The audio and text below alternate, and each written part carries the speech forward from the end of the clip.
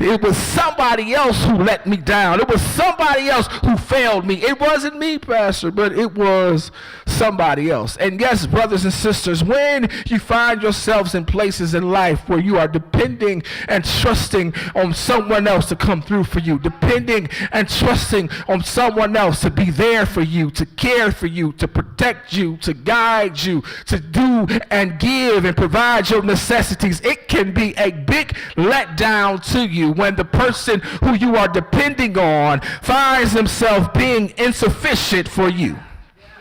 It can be a big letdown when the person who you are trusting to come through for you does not come through for you. And I know that there are some people right now, and you're saying, well, Pastor, it wasn't the fact that I attempted to do something and I failed. It wasn't the fact that I put my hope and trust in other people and I failed. But Pastor, can I tell you, it was me.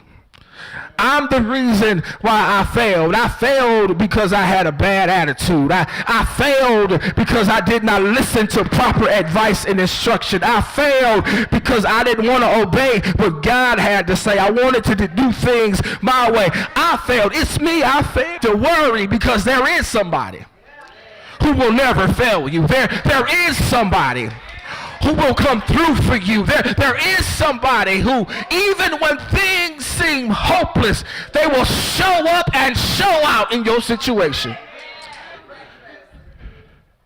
In our text, we find children of Israel after Moses has led them out of Egypt. How did they get there, Pastor? I'm glad you asked. Let me give you the backdrop before we get to the drop of the text. Children of Israel had outnumbered the Egyptians, and the Egyptians began to feel threatened by being outnumbered by the minorities. The Egyptians began to feel threatened by being outnumbered by the minorities, and so they took to the streets and said that you will not replace us. Y'all missed that. They began to create laws that has now grown in number, would overtake them. And so laws. They put in laws based on accordance to race. If you were a Hebrew, if you were a Jew, they decided that you need to operate in this system called slavery. And they put those Israelites into the system of slavery, and the Bible records that they worked them from sun up to sundown. The Bible records that they were harsh to these Israelites as they were working and suffering under the slavery bondage. The Bible says that as they were suffering under this oppression, that they called out and cried out to God. And after crying out to God, the Bible says that God had a moment where he just couldn't take it anymore. And God says, that's it. I've heard the cry of my children, and I got to do something about it. And so God went and found Moses, who was a fugitive from running away from Egypt.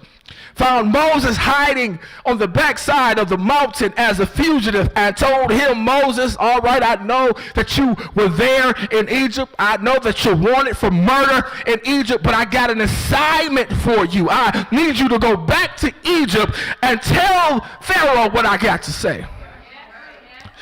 Isn't that peculiar?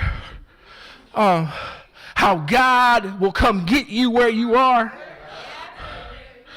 and send you to the very place that you don't want to be?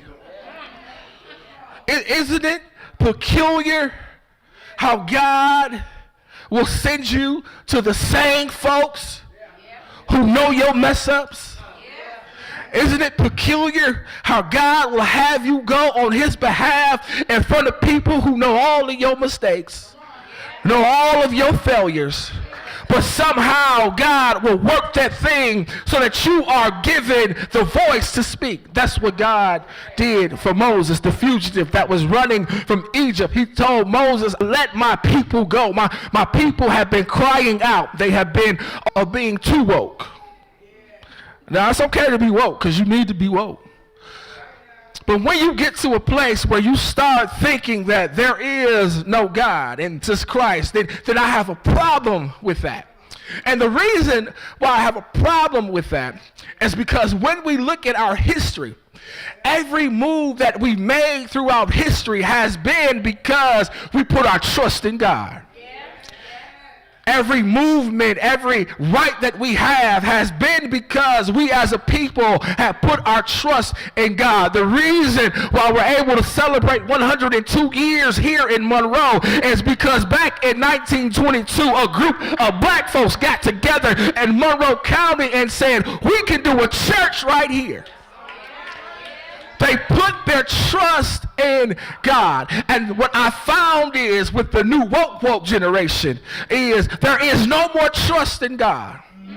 And when you stop trusting God, you will often find yourself in a place of oppression.